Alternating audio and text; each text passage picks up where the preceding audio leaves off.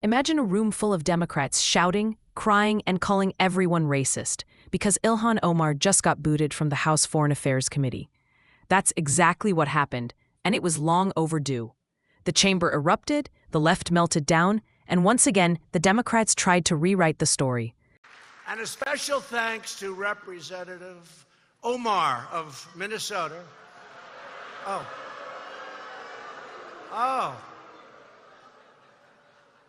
Oh, I forgot.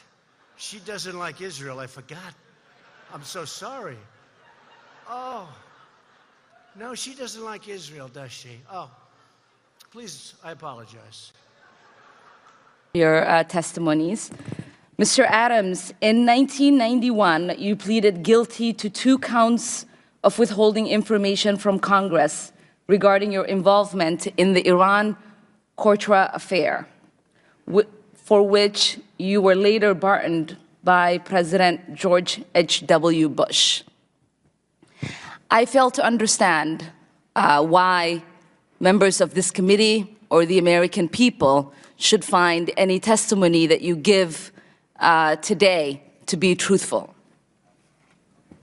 If I can respond to that. It wasn't a question.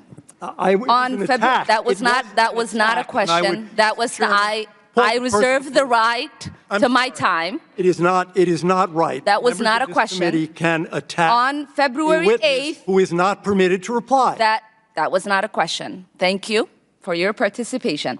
On February 8th, 1982, you testified before the Senate Foreign Relations Committee about U.S. policy in El Salvador. In that hearing, you dismissed as communist propaganda report about the massacre of El Mozote, in which more than 800 civilians, including children as young as 2 years old, were brutally murdered by U.S.-trained troops.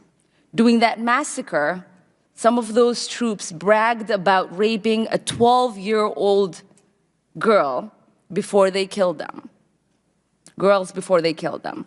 You later said that the U.S. policy in El Salvador was a fabulous achievement. Yes or no, do you still think so? From the day that President Duarte was elected in a free election to this day, El Salvador has been a democracy. That's a fabulous achievement. Yes or no, do you think that massacre was a fabulous achievement that happened under our watch? That is a ridiculous question, and I yes or no? No. I will take that as a yes. I am not going to respond to that kind of personal attack, which is not a question. Yes or no, would you support an armed faction within Venezuela that engages in war crimes, crimes against humanity or genocide, if you believe they were serving U.S. interest, as you did in Guatemala, El Salvador, and Nicaragua? I am not going to respond to that question. I'm sorry. I don't think this entire line of questioning is meant to be real questions, and so I will not reply. Whether under your watch, a genocide will take place, and you will look the other way because American interests were being upheld, is a fair question. Because the American people want to know that anytime we engage a country, that we think about what our actions could be and how we believe our values are being furthered.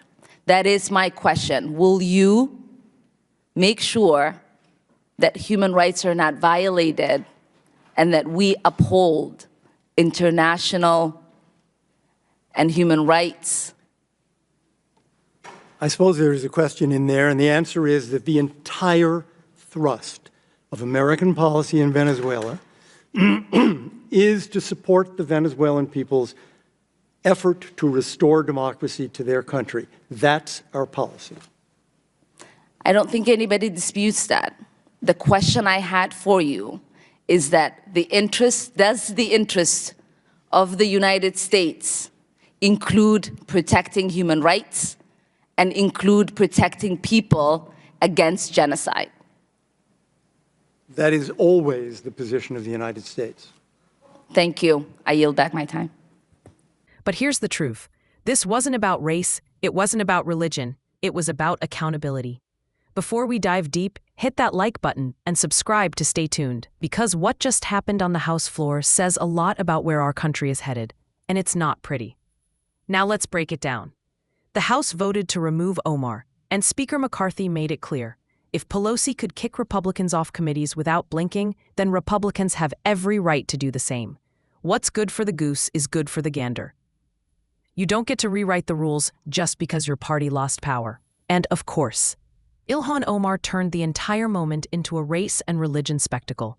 She claimed Republicans were attacking her because she's a Muslim woman of color.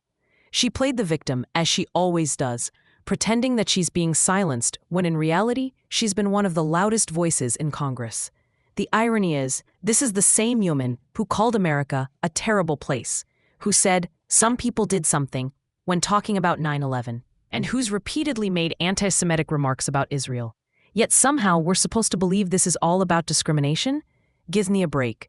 What this really comes down to is respect for America. Republicans didn't remove Omar because of her skin color or her religion. They removed her because of her words, because of her open disdain for the country that gave her refuge, education, opportunity, and power. The same America that took her in when Somalia was torn apart by tribal war. The same system that let her rise to the halls of Congress. And still, she spits on it. One Republican hit the nail on the head when he said he's willing to buy her a ticket back to Somalia, so she can see what a real, broken country looks like. No constitution, no Bill of Rights, no freedom of speech, no checks and balances, just chaos. Maybe then she'd finally understand how lucky she is to call herself an American.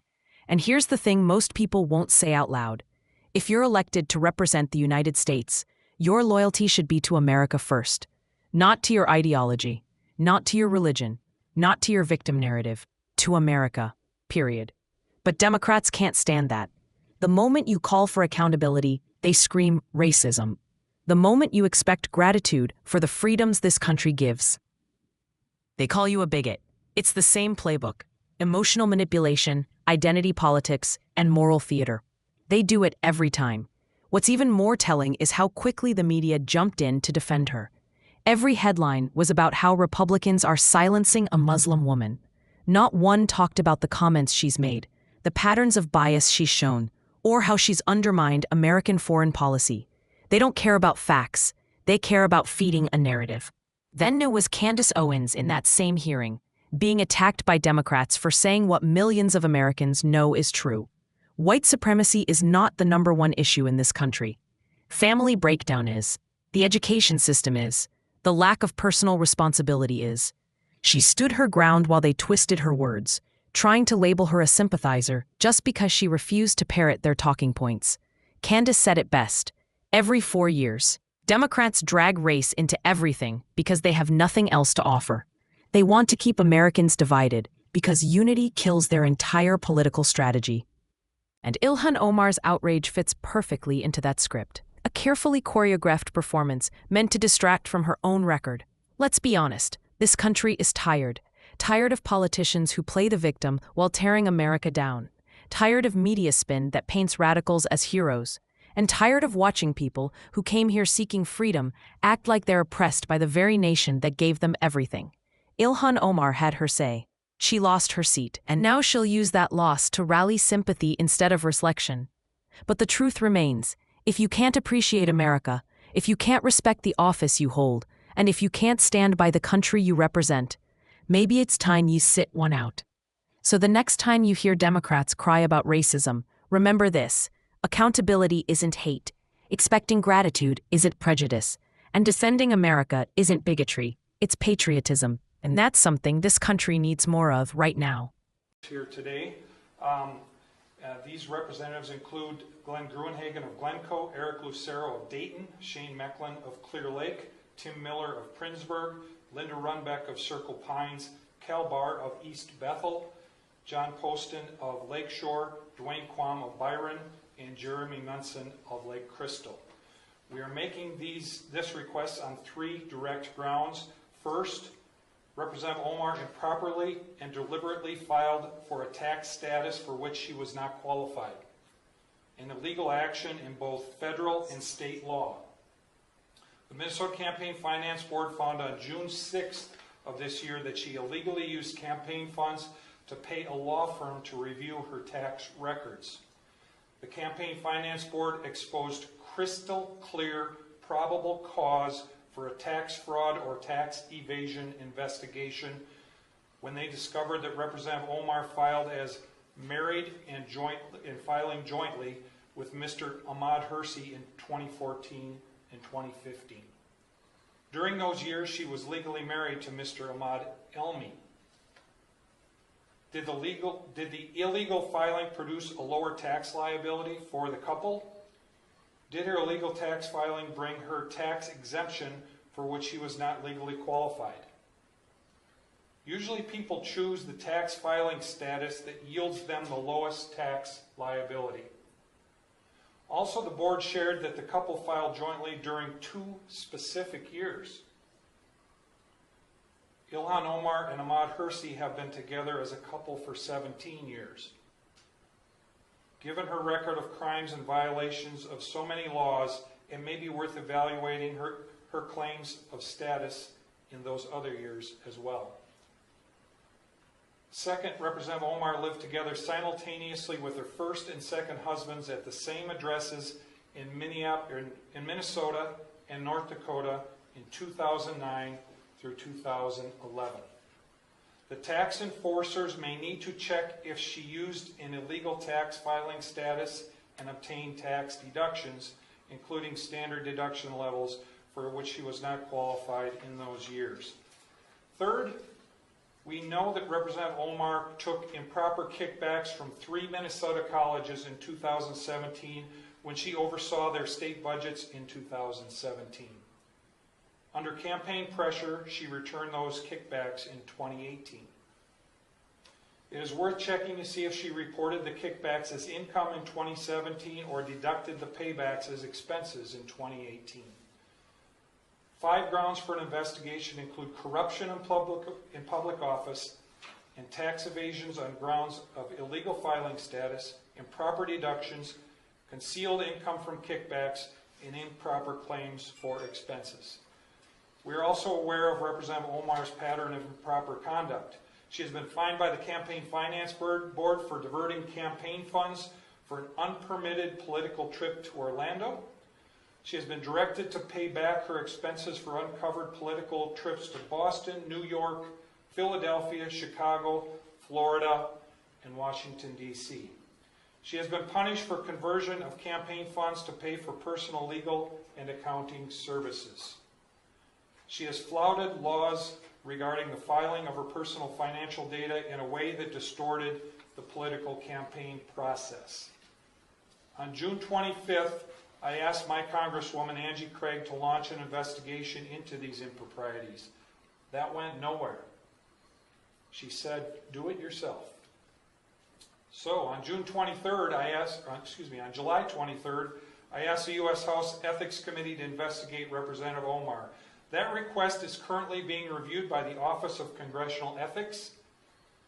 On that same day, I launched OmarTruth.com in an effort to rally Minnesotans and Americans to help